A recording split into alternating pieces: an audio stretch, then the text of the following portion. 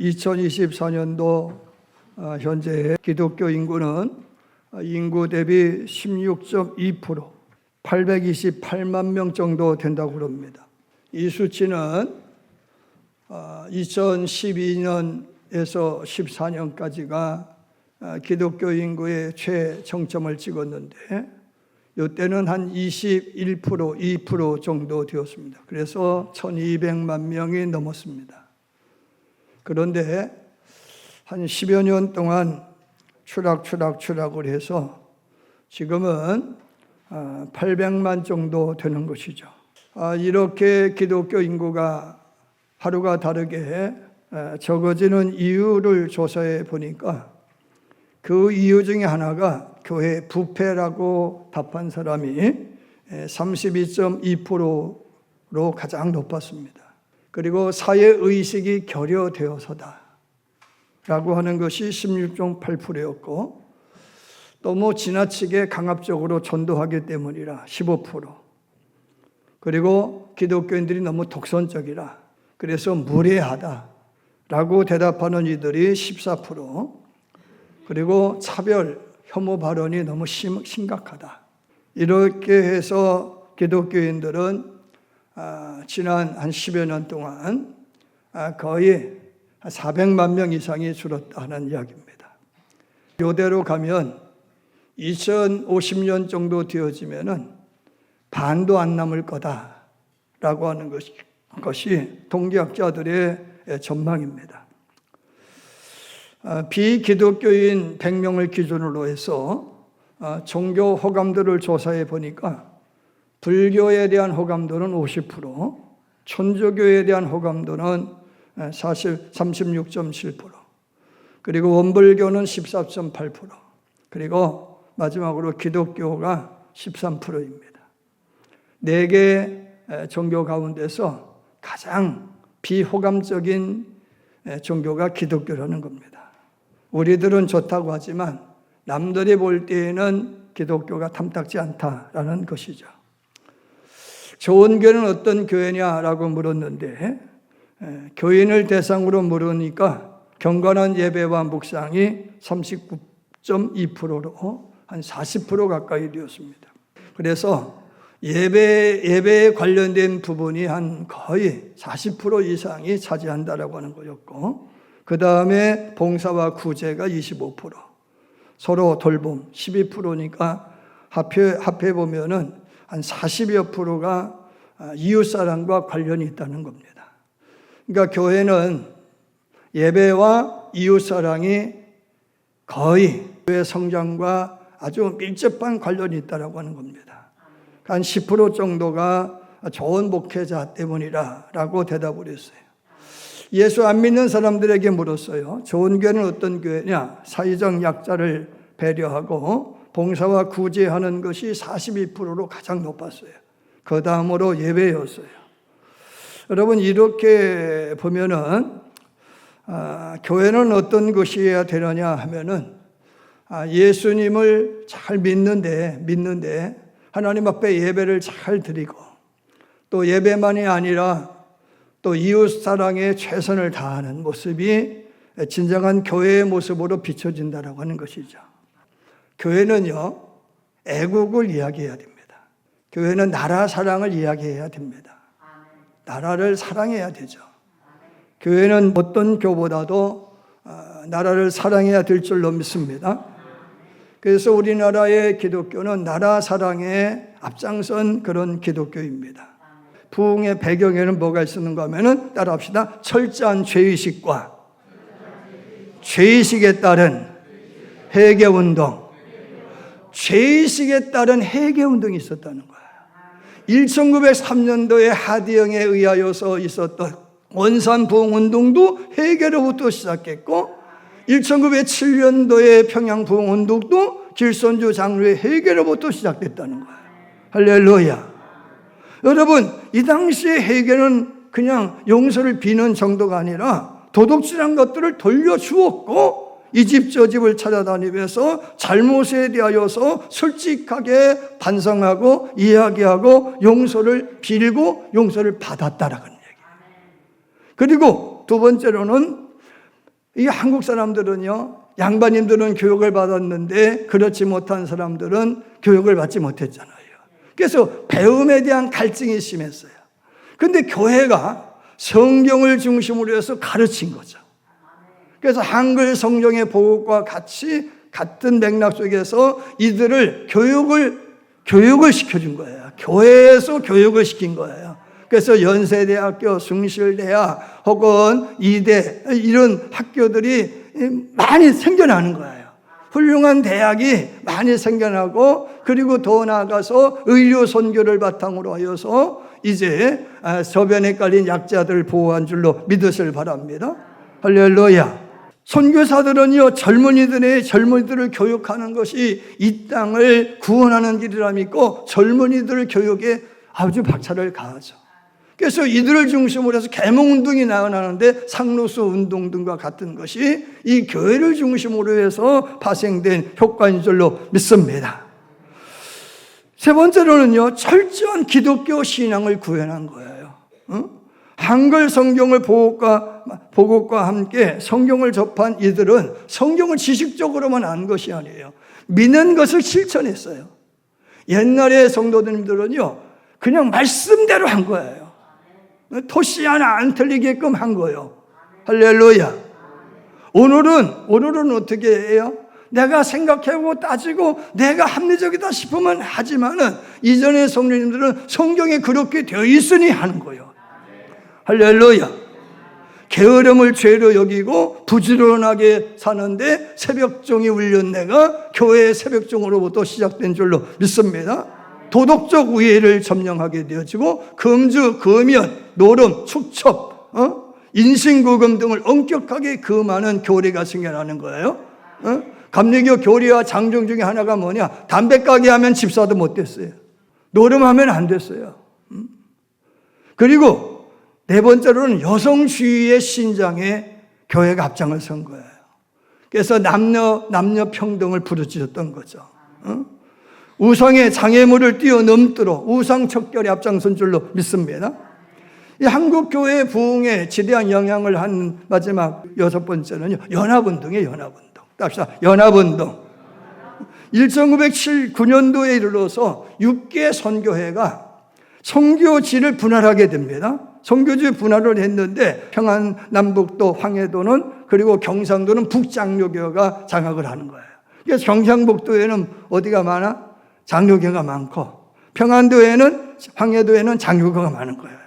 경기도와 충청도, 강원도의 중부권은 북감리회, 개성과 이천을 중심으로 한 서울 동부지역과 강원도는 남감리회. 그래서 이 중심에 우리나라의 가운데 토막은 뭐가 많다고요? 감리교가 많은 거예요. 감리교가. 할렐루야. 전라도는 남장로교회, 경상도는 호주 선교회, 한경도는 캐나다 선교회. 이렇게 선교제를 분할해가지고 서로 침범하지 않았어요. 침범하지 않고 서로 교회 성장에 임하지 않은 줄로 믿습니다. 그러던 때에 1930년 12월 달에 정동교회에서 감리교회도 남감리가 있었고 북감리가 있었거든요. 그런데 남감리와 북감리교회가 합친 거예요. 조선감리교회로. 그래서 세계에서 유일무이하게 감리교회가 하나인 나라는 대한민국밖에 없어요. 할렐루야. 그래서 우리 감리교회는 대단한 거예요. 우리 감리교회는 주소로 한 권이면 다 여기 와 있는 거예요. 여기에 없으면 아닌 거고, 혹은 우리 대한민국의 감리교도 세계 어디 있든가 우리 소속이면 주소록에 다 와 있는 거예요. 할렐루야. 그래서 우리 감리교만큼 확실하게 정통을 사수하는 교단도 없다라고 하는 말씀을 드리고자 하는 줄로 믿습니다. 이런 경우를 통하여 보면은 교회가 어떤 것이냐? 하나님에게 예배 잘 드리고 성경 진리를 잘 가르치고 열심히 기도하고 불신 영혼 전도 잘하고 그리스도의 사랑으로 친교하는 것을 친교하고 가진 것으로 섬기고 복음적이지 않은 태폐 문화에 항거하는 것이 교회다라고 하는 말씀인 것입니다. 이런 게 교회다라고 하는 거예요. 자, 그런 점에서 오늘부터 이제 일곱 교회에 대한 말씀을 좀 드리려고 하는데, 일곱 교회를 통하여서 우리가 보면서 우리가 어떤 교회가 되어야 되는지에 대한 말씀을 좀 드리려고 그래요. 에베소 교회에 대한 말씀이 첫 번째로 등장하는데, 에베소 교회는요, 단점보다는 장점이 많은 교회예요. 합시다. 단점보다는 장점이 많다. 그럼 어떤 장점이 있느냐 하면은 2절 말씀을 한번 보겠습니다. 내가 내 행위와 수고와 내 인내를 알고 또 악한 자를 용납하지 아니한 것과 자칭 사도라 하되 아닌 자들을 시험하여 그의 거짓된 것을 내가 드러낸 것과 3절 또 내가 참고 내 이름을 위하여 견디고 게으르지 아니한 것을 아노라. 아멘. 2장 1절로 등장하는 하나님은 7 촛대 사이를 거니시는 하나님이요, 7 별을 붙들고 계신 하나님이요, 7 별은 목회자를 이야기하는 것이고 7 촛대는 교회를 의미하는 줄로 믿습니다. 하나님이 누구를 붙들고 있어요? 주의 종을 붙들고 있는 거예요. 그런데 교회 사이를 왕래하며 교회가 어떤 일을 하는지, 어떻게 신앙하고 있는지, 어떻게 운영되고 있는지를 하나님은 살펴보신다는 거예요. 그래서 하나님은 어떻게 보면 공안 검사 같은 분이 2장 1절에 나타난 하나님이라는 거예요. 그 하나님 불꽃 같은 눈으로 살펴보니까 내 행위와 수고와 내 인내를 알고 또 악한 자들을 용납하지 않은 것과 자칭 사도라 하되 아닌 자들을 시험하여 그 거짓된 것을 드러낸 것과 또 내가 참고 내 이름을 위하여 견디고 게으르지 않은 것을 아노라. 할렐루야. 하나님과 이웃사랑을 최선을 다해서 견조하는 교회가 에베소 교회였다는 거예요. 외롭고 가난한 독거 노인들을 방문하고 청소하고 음식 만들어주고 정리정돈하는 것으로 섬겼다, 그런 이야기예요. 그래서 에베소 교회는 늘 분주해, 바빠. 교회 여성교회가 바빠, 남성교회가 바빠. 왜? 섬겨야 되니까. 어려운 독거 노인들을 섬기고 가진 것 없는 자들을 섬겨야 되니까 바쁜 교회예요. 할렐루야. 두 번째로는요, 복음을 위해서 인내하는 교회예요. 당시에 아테네에는요, 아데미 신전을 중심으로 우상 숭배가 성행했어요. 그래서 아데미 신이라고 하는 신이 있었는데, 여신이에요. 여신인데, 대리석으로 만든 여신인데, 저 머리로부터 시작해서 이 상체는요, 유방이요. 유방이 그냥 덕지덕지 붙어 있는 거예요. 한두 개가 아니에요. 유방이 덕지덕지 붙어 있는 거예요. 그 아래는 뭘까요? 저게 황수 거식이에요. 그러니까 이걸 상징하는 게 뭔가 하면은 이 여신을 섬기면 황수의 정력을 가지고, 엄마 유방이잖아요. 그래서 자손이 많이 생산된다는 거예요. 부귀영화를 누리게 된다라고 하는 거예요. 이 신을 모신 아데미 신전이 저 아테네 파르테논 신전의 2배 크기인데, 자, 이런 거대한 축구장보다 더 큰 저 큰 신전 앞에 모여서 치성을 드리고, 그리고 이 신전에서 이제 수종드는 신녀들이 있었는데 이 신녀들과 이제 간음하는 것이 일상이었어요. 왜? 이들과 간음하면 부귀영화 누린다고 믿었기 때문이죠. 그래서 이제 에베소는요, 최초로 길바닥에다가 이쪽으로 가면은 장려촌이 있습니다 라는 광고판이 생겨날 정도로 아주 음란한 도시가 에베소였던 거예요. 그리고 해상과 육로가 만나는 무역 도시였기 때문에 엄청난 그 장사철이 왕래하면서 세계의 각종 문물이 문화와 어떤 물건이 교환되어지는 곳이었기 때문에 다양한 인종들이 이거 섞여 살았어요. 이곳에서 바울이 저 두란노 소원길이라고 하거든요. 저 소원길을 오가면서 몇 년 동안 복음을 전하는가 하면은 2년을 복음을 전했다고 그랬어요. 내가 눈물로써 2년 동안을 너희들을 가르쳤다라고 말씀하고 있어요. 그러면은 이 2년 동안에 바울로부터 받은 은혜에 감사해서 그들이 우상을 척결하고 우상 숭배에 관련된 모든 서적과 금부치, 은, 신상 등등을 가지고 모아가지고 불태워버렸는데 은 5만 어치라고 성경은 말씀하고 있거든요. 그런데 이 은 5만의 가치가 얼마냐 그러면은 1인 노동자가 은 하나야. 그러니까 노동자 몇만 명의 품삯이에요? 5만 명의 품삯이에요. 요거를 어떤 분이 조사를 했더니 한 사람이 153년을 벌어야 모을 수 있는 돈이다 그러더라고. 얼마나 많은 돈이에요. 이거를 다 팔아버렸어.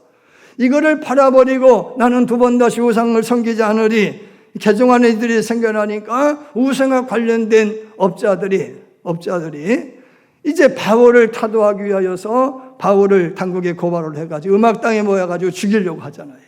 그래서 바울은 이제 꽁지 빠지게 도망을 가죠. 그 뒤에 여파가 뭐냐면은 그에 대한 박해가 사그러들지 않아요. 이들이 만들어 파는 물건을 사지 않은 불매운동이 벌어져요. 그리고 더 나아가서 이들에게는, 교인들에게는 물건도 안 팔아. 그러니까 사회적으로 매장을 시켜버린 거예요. 얼마나 힘들었겠어요. 경제적인 활동을 할 수가 없잖아요. 필요한 물건을 살 수도 없어요.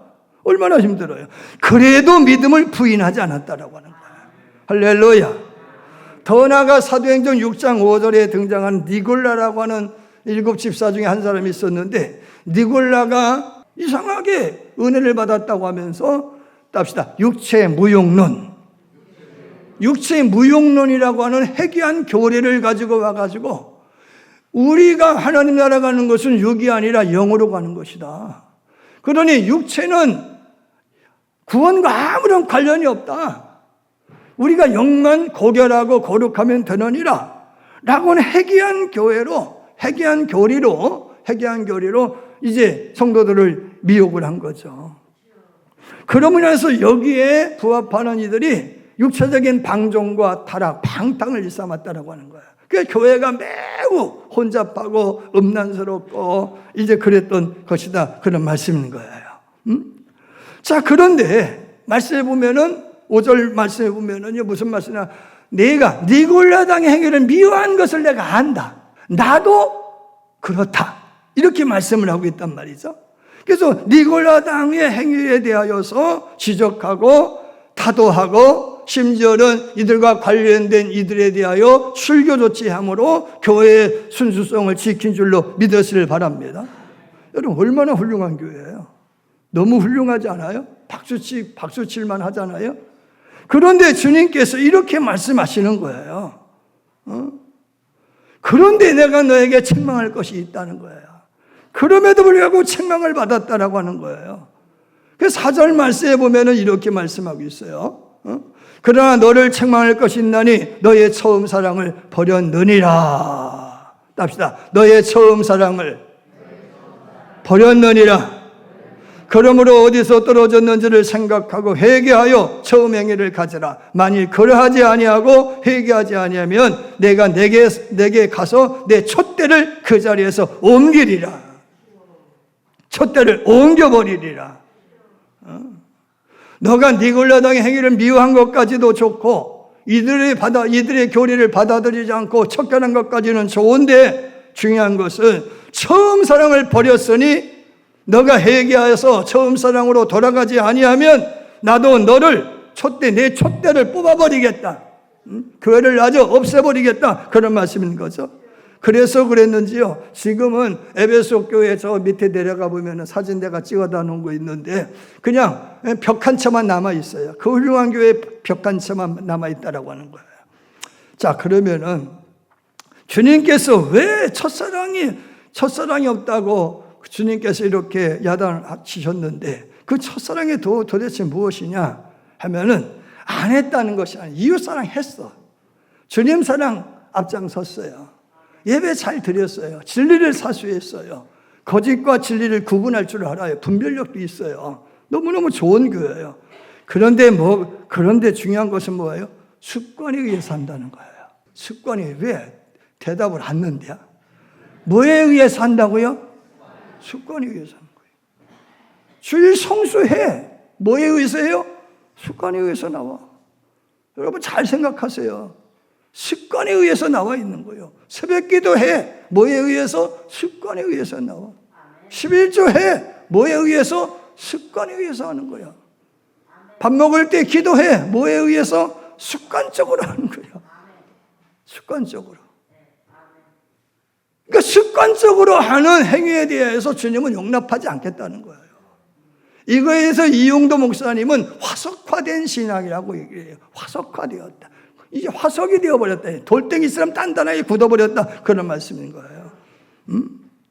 여러분, 사랑으로 해야 답이 있다. 그런 말씀인 거예요.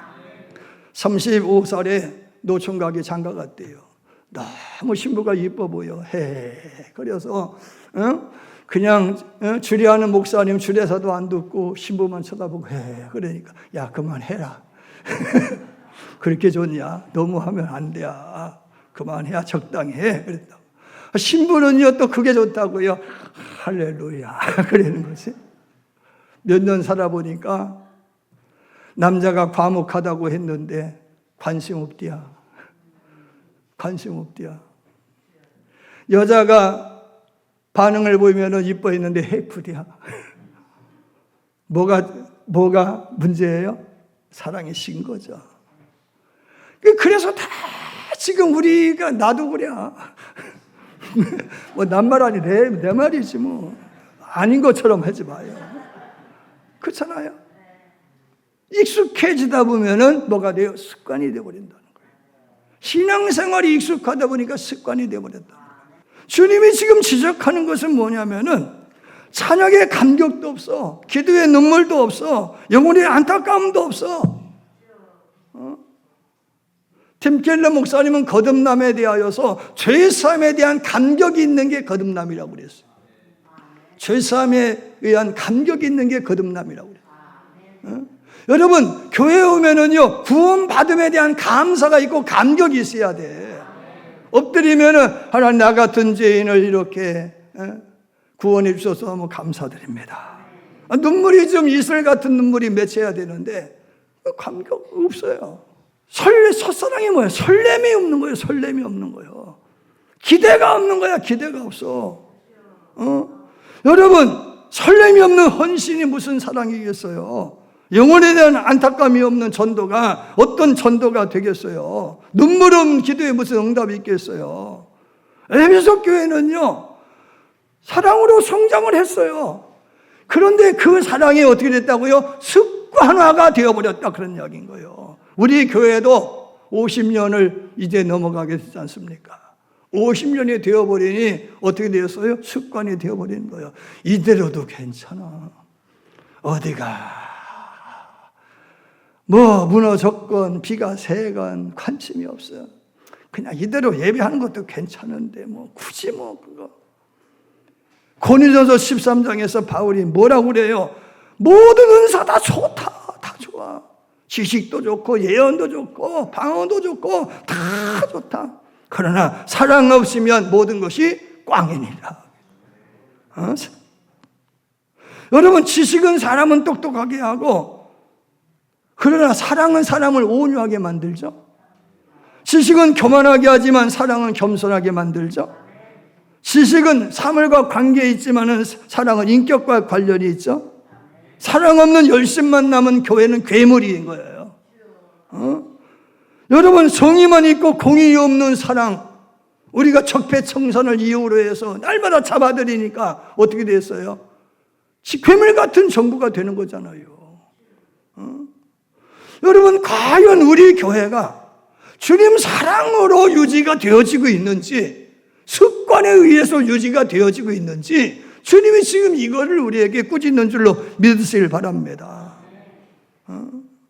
여러분 사랑이 식어지면 어떤 현상이 나타나느냐? 제목만 영혼이 메말라요. 합시다. 영혼이 메마르다. 뭐가 메말라요? 영혼이 메말라요. 메말르다는 이야기는요 갈증과는 달라. 입이 침이 말라. 입술에 침이 말라. 그럼 묻히면 돼. 이게 뭐냐? 갈증을 느끼는 정도인 거예요. 근데 이게 정도가 심하지만은 갈증이 그냥 있어지면은요 황폐화가 되어지는 거예요. 메마를 정도에 여러분 얼른 생명수를 마셔야 돼요. 할렐루야. 영적으로 냉랭해져. 관심이 없어. 사랑이 식어지면 관심이 없어.